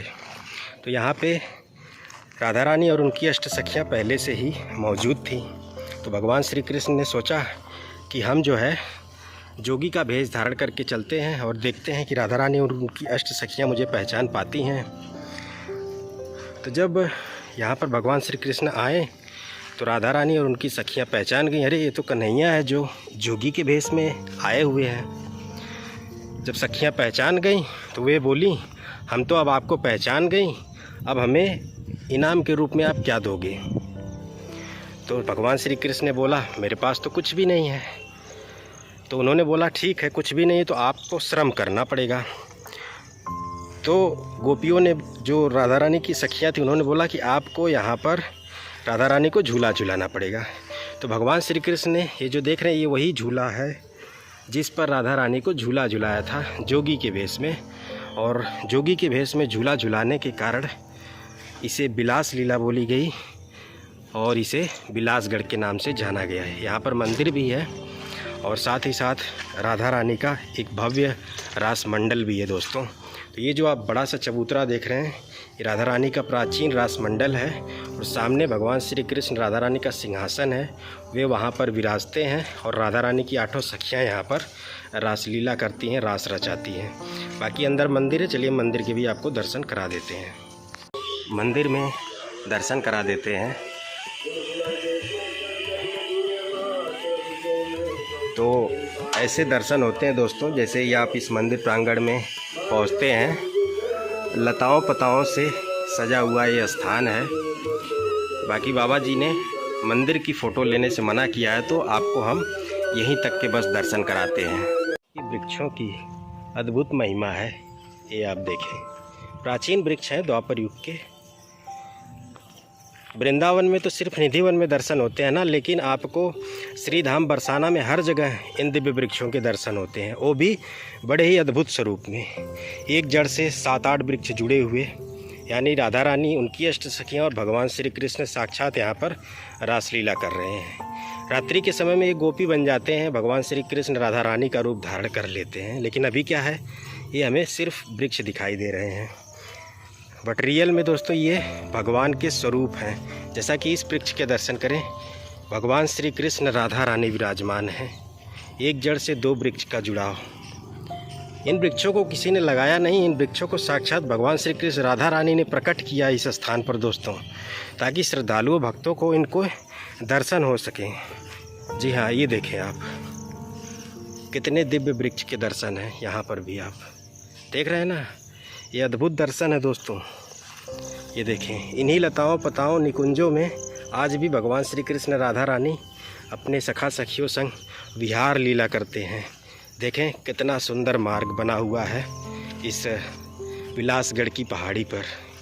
इन्हीं रास्तों से आज भी ठाकुर जी श्री जी घूमते हैं, विचरण करते हैं अपने इन सुंदर निकुंजों में। हम भी आपको इस सुंदर निकुंज में आनंद दिला रहे हैं दोस्तों। इन्हीं रास्तों से ठाकुर जी श्री जी आज भी चलते हैं। द्वापर युग में उनके नन्हे नन्हे चरण यहाँ पर पड़े हुए थे दोस्तों। वही दिव्य स्थान के मैं आपको दर्शन करा पा रहा हूँ विलासगढ़ की इस दिव्य पहाड़ी पर। संपूर्ण बरसाना और राधा रानी मंदिर का जो सबसे सुंदर दृश्य है वो यहीं से देखने को मिलता है दोस्तों। विलासगढ़ की पहाड़ी के ऊंची चोटी से राधा रानी मंदिर और संपूर्ण श्री धाम बरसाना के अद्भुत दृश्य के दर्शन होते हैं। और इस तरफ है राधा रानी का नया वाला महल कुशल बिहारी मंदिर। अगर आपको संपूर्ण श्री धाम बरसाना और राधा रानी मंदिर के अद्भुत दृश्यों के दर्शन करने हैं ना, तो आपको विलासगढ़ पहाड़ी के ऊंचे शिखर पर आना पड़ेगा। फिर आपको यहाँ से संपूर्ण श्री राधा रानी की नगरी बरसाना धाम और राधा रानी के महल श्री राधा रानी मंदिर के संपूर्ण दर्शन इस स्थान से होते हैं दोस्तों। देखिए अभी कितने हाइट पर हम हैं। ये पर्वत ब्रह्मांचल पर्वत का विलासगढ़ पर्वत है जिस पर अभी हम खड़े हैं। और संपूर्ण बरसाना धाम और साथ ही साथ वो जो सामने मंदिर देख रहे हैं वो है दोस्तों राधा रानी का 5500 वर्ष प्राचीन बरसाने का घर, जो कि ब्रह्मांचल पर्वत के सबसे ऊंचे पर्वत पर भानगढ़ पर्वत के ऊंचे शिखर पर विराजमान है, जिसके आप इस वक्त दिव्य दर्शन कर पा रहे हैं। अब दोस्तों हम आपको दर्शन कराएंगे चित्रा सखी के द्वापर युग के प्राचीन घर के, जिसे आज चित्रा सखी मंदिर के नाम से जाना जाता है। तो चित्रा सखी जी का जो प्राचीन घर है द्वापर युग का, वो दोस्तों बिल्कुल सांकरी गली के पास में ही है। ये दिव्य वृक्ष के दर्शन करें तो ये है चित्रा सखी जी का प्राचीन घर। चलिए चित्रा सखी जी के घर के अंदर प्रवेश करते हैं और आपको दर्शन कराते हैं। तो ये है दोस्तों, ये दर्शन करें। ये वही प्राचीन द्वापर युग का राधा रानी की सखी चित्रा सखी का घर है, जिसे आज चित्रा सखी मंदिर के नाम से जाना जाता है।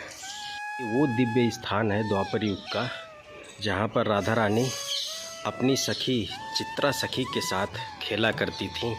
ये वो दिव्य आंगन है दोस्तों। इसी आंगन में राधा रानी और उनकी चित्रा सखी और साथ में अन्य सखियाँ भी होती थीं जो यहाँ पर खेलती थीं, रासलीला किया करती थीं। और आज इस स्थान को चित्रा सखी मंदिर के नाम से जाना जाता है। चल कर के हम राधा रानी और उनकी अष्ट सखियों के दर्शन भी कराएंगे। उससे पहले यहाँ पर भगवान भोलेनाथ के दर्शन होते हैं। द्वापर युग में भगवान श्री कृष्ण राधा रानी ने इस ब्रज भूमि में जिन जिन स्थानों पर दिव्य लीलाएं की थी, तो उन सभी लीलाओं का साक्षात दर्शन एकमात्र भगवान शिव ने ही किया था। सभी स्थानों पर वो मौजूद रहे थे। तो यहाँ पर भी भगवान भोलेनाथ के दर्शन हैं। आइए अब हम चित्रा सखी जी के घर के अंदर चलते हैं, चित्रा सखी मंदिर में चलते हैं। आपको राधा रानी और उनकी अष्ट सखियों के दर्शन कराते हैं। अभी आप दर्शन करें राधा रानी और उनकी अष्ट सखियों की। ये दिव्य दर्शन है दोस्तों श्री चित्रा सखी मंदिर में। राधा रानी की सखी चित्रा सखी के इस घर में उस प्राचीन द्वापर युग के कुएं के भी दर्शन होते हैं, जिसके जल को द्वापर युग में राधा रानी और चित्रा सखी अन्य सखियां पिया करती थीं। तो उस कुएं के भी दर्शन यहीं पर होते हैं दोस्तों। यहाँ पर वो प्राचीन कुआं है। इसी कुएं का जल द्वापर युग में राधा रानी और उनकी सखियां पिया करती थी जब वो यहाँ पर खेलती थीं, रासलीला किया करती थीं। तो ये उसी द्वापर युग के प्राचीन कुएं के दर्शन है चित्रा सखी जी के घर में। ये आज भी दोस्तों कुआं बिल्कुल पवित्र है। इसका जल आज भी पीने योग्य है। इसकी प्राचीनता आप इन पत्थर के जो खंभे पिलर लगे हुए हैं इनको देख करके अंदाज़ा लगा सकते हैं। अभी दोस्तों हम उस स्थान पर पहुंच चुके हैं जो कि दो पर्वतों के बीच का एक मैदानी क्षेत्र है। और बताते हैं कि इस स्थान पर भगवान श्री कृष्ण अपनी गाय चराया करते थे, अपने मित्रों संग खेला करते थे। ये जो सामने आप स्थान देख रहे हैं, ये काफ़ी बड़ा सा मैदानी क्षेत्र है। 2 पर्वतों के बीच का ये स्थान है। 2 पर्वतों की तलैटी के बीच में एक मैदानी क्षेत्र है। तो इसी स्थान पर द्वापर युग में भगवान श्री कृष्ण अपने मित्रों के साथ, सखाओं के साथ यहाँ पर खेलते थे दोस्तों, और अपनी गायों को भी चराते थे। गायों को यहाँ पर वो छोड़ देते थे, गाय चरते चरते दूर चली जाती थी और वो अपने मित्रों संग यहाँ पर खेलने लगते थे। ये जो आप शिला देख रहे हैं दोस्तों, ये द्वापर युग की प्राचीन वो शिला है जिस पर भगवान श्री कृष्ण बैठा करते थे। ऊपर भगवान के बैठने के निशान भी बने हुए हैं। यहाँ पर जब भगवान श्री कृष्ण अपने मित्रों के साथ खेलते थे, गाय चराते थे, तो भगवान श्री कृष्ण इसी शिला पर बैठ करके बंसी बजाया करते थे दोस्तों। आज भी इस शिला के दर्शन परिक्रमा मार्ग में होते हैं। जब गाय दूर चली जाती थी तो गायों को बुलाने के लिए भगवान श्री कृष्ण इसी शिला पर बैठ करके बंसी बजाते थे। तो उनकी बंसी की मधुर ध्वनि सुन करके गाय वापस से यहाँ पर आ जाती थी दोस्तों। तो आज भी जब आप परिक्रमा करें तो इस दिव्य शिला को स्पर्श कर प्रणाम जरूर करें। ऊपर देखें, भगवान के बैठने के भी निशान बने हुए हैं। इसी शिला पर वो बैठा करते थे। बाकी आगे चलते हैं तो ये स्थान वही है जहाँ पर द्वापर युग में भगवान अपने सखाओं संग खेले थे दोस्तों। जी हाँ, ये वो छोटा सा मैदानी क्षेत्र है, यहाँ पर वो अपने सखाओं के साथ खेले थे दोस्तों। उस दिव्य प्राचीन भूमि के आप श्री धाम बरसाना में दर्शन कर पा रहे हैं।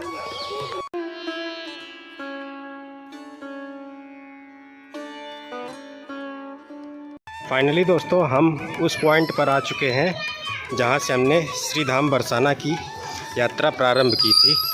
तो हमने जो है कम्प्लीटली श्री धाम बरसाना और श्री धाम बरसाना के जितने भी भगवान श्री कृष्ण राधा रानी के द्वापर युग की लीला स्थली थे, सभी के दर्शन करा दिए। तो हम जो है यहीं से अपनी यात्रा स्टार्ट किए थे और हम यहाँ से बाहर आ चुके हैं। तो एक तरह से कंप्लीट मैंने परिक्रमा भी की श्री धाम बरसाना की। वीडियो अच्छी लगी हो तो कमेंट में राधे राधे ज़रूर लिखिएगा। वीडियो को लाइक भी करिएगा। इस वीडियो को यहीं पे करते हैं समाप्त। जय श्री कृष्णा, जय श्री राधे, राधे राधे।